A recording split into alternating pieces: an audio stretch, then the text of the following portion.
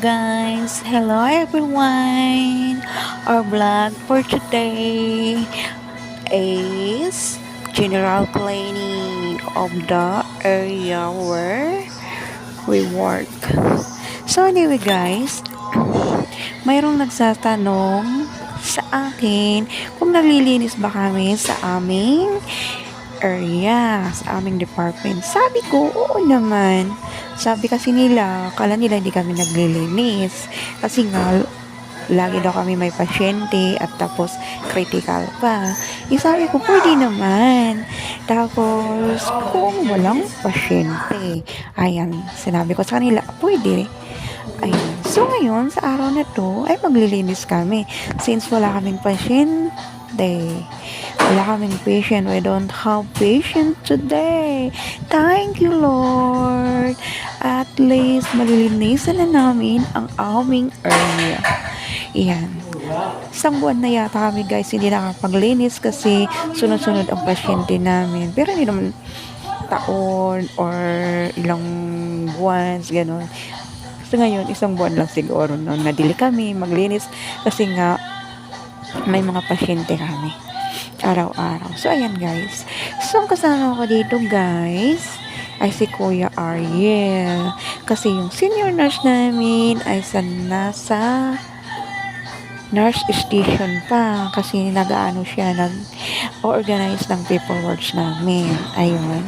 Katapos guys, ayan, magdi-disinfect tayo sa mga kagamitan dito, gaya ng upuan, tapos kama, tapos yung drawer. Yan. Lahat ng mga gamit ng pasyente na ginagamit ng pasyente ay lilinisan natin. At ang ginagamit namin dito pang disinfect ay ang suka, Sonrox na inilagay sa planganita na mayroong tubig. Ayan. So, ang gagawin natin, wall to wall, map dito, walis dito, punas doon, punas dito. Ayan ang gagawin natin para mamatay ang lahat ng mga bakterya sa loob ng area na yan. Kasi ang area na yan ay ang room ng ating pasyente.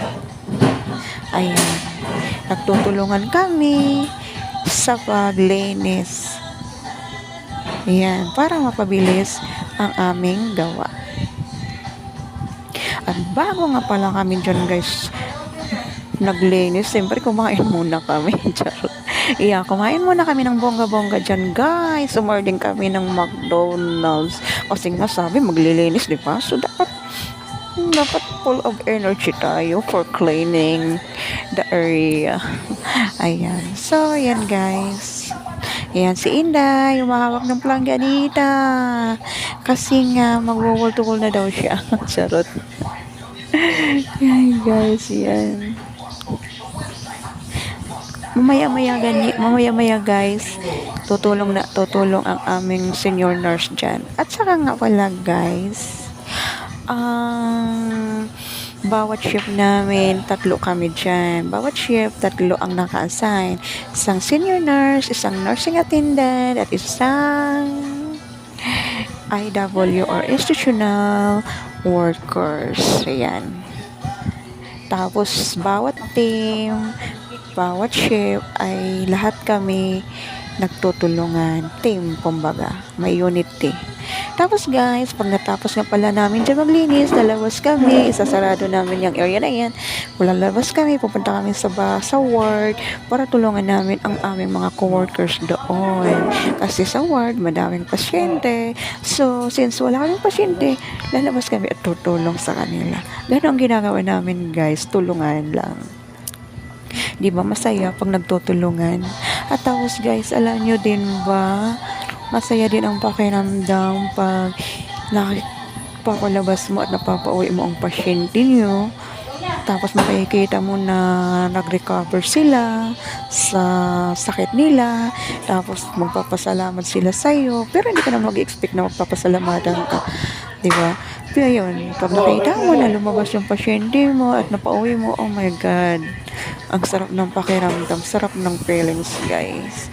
Although, sa bahay nila, magre-recover sila doon, fully recovery sessions from their illness, kailangan nila magpalakas pa doon. At follow-up check-up na rin, di ba? Ganun yung guys. Masarap ang feelings talaga pag nakikita mong pasyente mo na nakauwi. Oh my God. Thank you, Lord. Ayan na guys, kasama na namin dyan yung senior nurse na namin. Yan no, nagwawall to wall na siya. Di ba masaya guys ang pagtrabaho na one team kayo, nagtutulungan. Ang sarap talaga ng pakiramdam din dyan guys. So guys, enjoy sa panonood. Sana samahan niyo ako hanggang matapos ang video na to. Sana, kung nagustuhan niyo, please subscribe and likes na din. Diba guys?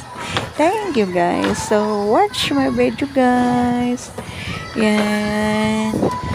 Patuloy si Inday sa pagwawalis, pagpupunas. Ayan. Tapos dyan guys, aakyat yan dyan guys si Inday sa upuan. Mamaya.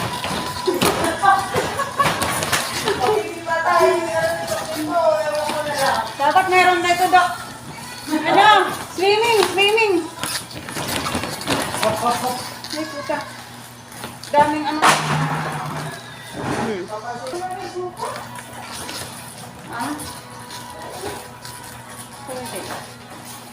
Guys, nag-usap-usap kami na sana naman lang mag-swimming kami at least walang pasyente, pero hindi pwede kasi for sure or later on or bukas, for sure bukas may admission na kami, o diba, isang araw lang, isang gabi lang pala. ilang oras lang admission na agad. Yan guys, linis bawat solo, walang palalampasin para mamatay ang bakterya.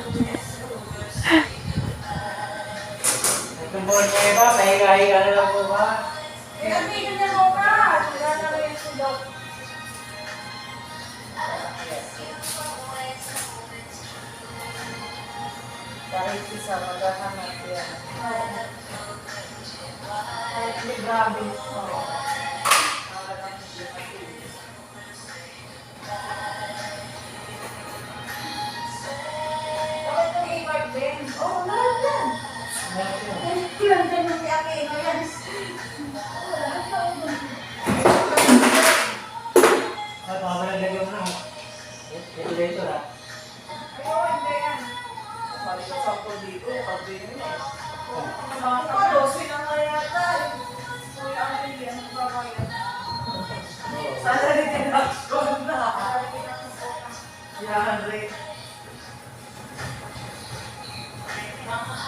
Kaya nga pala guys, kung sinong maabutan na walang pasyente at kung sino ang duty sa araw na walang pasyente, sila ang maglilinis, di ba?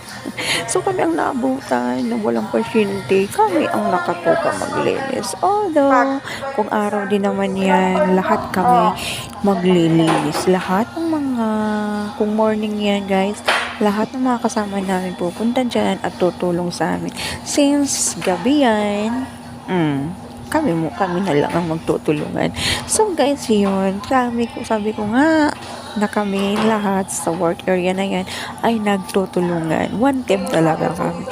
At saka guys, nga pala, maganda maglinis, mag-disinfect sa area nyo kung gabi.